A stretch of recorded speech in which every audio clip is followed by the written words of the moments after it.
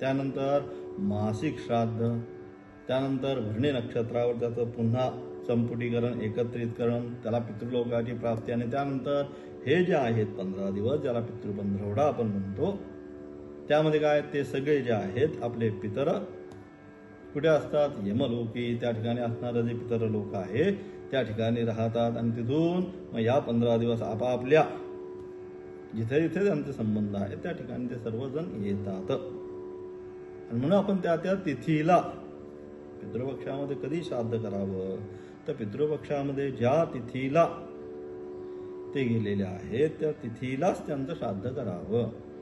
परंतु काही कालास्तव ज्ञात अज्ञात विसरलेला, तिथी चुकलेले, सूतक कायमध्ये आलं तर अन्य कारणास्तव जर त्यावेळेस ते त्या ठिकाणी पितृ श्राद्ध झालं नाही तर आपण काय करतो?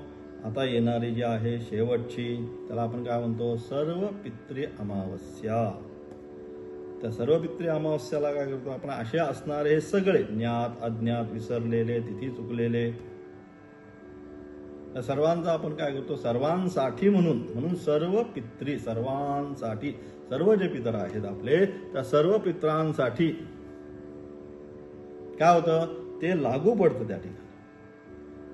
म्हणून सर्व पितरीला आपण करतो. जे काय आपले पित्र असतील, मग आजी असेल, आजोबा, जे काय असेल पितर आपले, त्या अनुषंगाने आपण त्या ठिकाणी त्यांचं काय करतो? श्राद्ध, तर्पण हे सगळं आपण त्या ठिकाणी करत असतो. पण अनेक वेळा भ्रम, अज्ञान किंवा कधी कधी आपल्याला वाटतं आम्ही फार शिकलेलो आहोत, त्या अनुषंगाने आपण काही जणांच्या मनामध्ये निर्माण होतं की कशाला करायचं हे. तर त्याच्यासाठी शास्त्र त्या ठिकाणी आदित्य पुराण जे आहे, आदित्य पुराणामध्ये एक श्लोक आहे. काय श्लोक येतो? तर न संती पितरश्चेती कृत्वा मनसी वर्तते. पुढे श्राद्धम न कुरुते यस्तु तस्य रक्तम पिबन्ति ते. अशा प्रकारे काही लोकांना असा भ्रम निर्माण होतो की मनुष्य गेला, विषय संपला. मग काय म्हणतात ते? न संती पितरश्चेती कृत्वा मनसी वर्तते, की काय पितर वगैरे असं काही नाही. कशाला हे सगळं श्राद्ध तर्पण हे सगळं जे आहे हे कशाला करायचं असं म्हणतात? श्राद्धम न कुरुते यस्तु. कशासाठी श्राद्ध करायचं असं त्यांच्या मनामध्ये काय होते? भ्रांत निर्माण होते. परंतु अशा प्रकारचे जे विचार करतात, शास्त्र काय म्हणतं? तस्य रक्तम पिबन्ति ते. अशा प्रकारे ज्या आपल्या पितरांचं श्राद्धादी क्रिया करत नाहीत, पितर काय करतात? त्यांचं असणारं रक्त प्राशन करतात असं शास्त्र म्हणतं. मग नक्की काय करतात? रक्त प्राशन करतात, रक्त पितात म्हणजे नक्की काय करतात? तर त्याचं उत्तर पुन्हा मार्कंडेय पुराणामध्ये त्यांनी दिलं. काय म्हणतात? न तत्र वीराः जायन्ते न आरोग्यम न शतायुषः न च श्रेयोधिगच्छन्ति यत् श्राद्धम विवर्जितम. की अशा प्रकारचं जे कुल आहे की ज्या कुलामध्ये श्राद्धादी कर्म होत नाही त्या कुलामध्ये काय होतं? न तत्र वीराः जायन्ते. उत्तम संतती, वीर ज्याला आपण म्हणतो, अशा असणारी उत्तम संतती जी आहे ती उत्तम संतती त्या घरामध्ये निर्माण होत नाही. नंतर त्या घरामध्ये कुठल्याही प्रकारचं आरोग्य, सगळे आजारी काही ना काही कारणास्तव राहतात. हा आजार आहे, तो आजार आहे. नंतर न शतायुषः, पूर्ण आयुष्य जे आहे, पूर्ण आयुष्य कुणी जगत नाही, काहीतरी मध्ये येऊन त्याचं मरण होतं, हे होतं अनेक अनुषंगाने. न च श्रेयो अधिगच्छन्ति, आर्थिक जे आहे त्यांना त्या घरामध्ये कुठल्याही प्रकारचे भरपूर धनसंपत्ती प्राप्त होत नाही. अशा प्रकारे जे आहे काय? गच्छन्ति यत्र श्राद्धम विवर्जितम. की अशा प्रकारे ज्या घरामध्ये श्राद्ध क्रिया केल्या जात नाही त्या घरामध्ये ह्या सगळे गोष्टी निर्माण होतात. काय काय सांगितलं? न वीराः जायन्ते, वीर पुरुष निर्माण होत नाही, आरोग्य नाही, आयुष्य नाही, धनलक्ष्मी संपत्ती नाही. आणि म्हणून याकरता म्हणून मग आपण काय म्हणतो? मग अशा प्रकारे अनेक घरामध्ये अडचणी आल्यानंतर मग आपण काय करतो? गुरुजींकडे जातो, पत्रिका दाखवतो, हे करतो, अमुक करतो.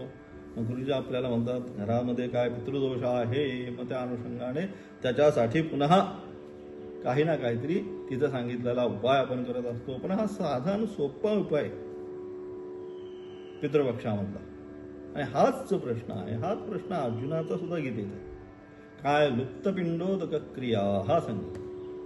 हे सगळं जर युद्ध महान झालं तर काय होईल?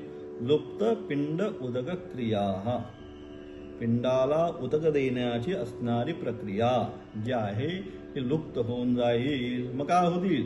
पतंती पितरो हेशाम, आमचे जे पितर जे आहेत ते काय, जे पितर लोकांमध्ये आहेत ते सगळे काय पतित होतील.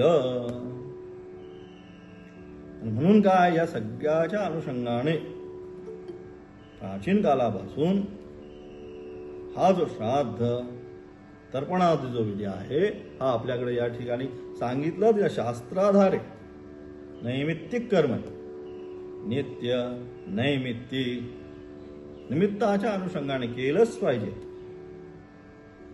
म्हणून त्या ठिकाणी रामायणामध्ये सुद्धा आपण पाहिलं तर राम सुद्धा ज्यावेळेस आपले पिताश्री दशरथ गेले हे लक्षात आल्यानंतर वडील ते सुद्धा काय करतात, वडिलांच्या प्रित्यर्थम त्या ठिकाणी असणारी जी साधन सामग्री आहे सगळंच पाहिजे असं नाही, तर्पणासाठी जी आहे साधन सामग्री त्यामध्ये तर्पणादी विधी करतात. म्हणजे सगळ्याला काय शास्त्राधार या सगळ्या गोष्टीला आहे.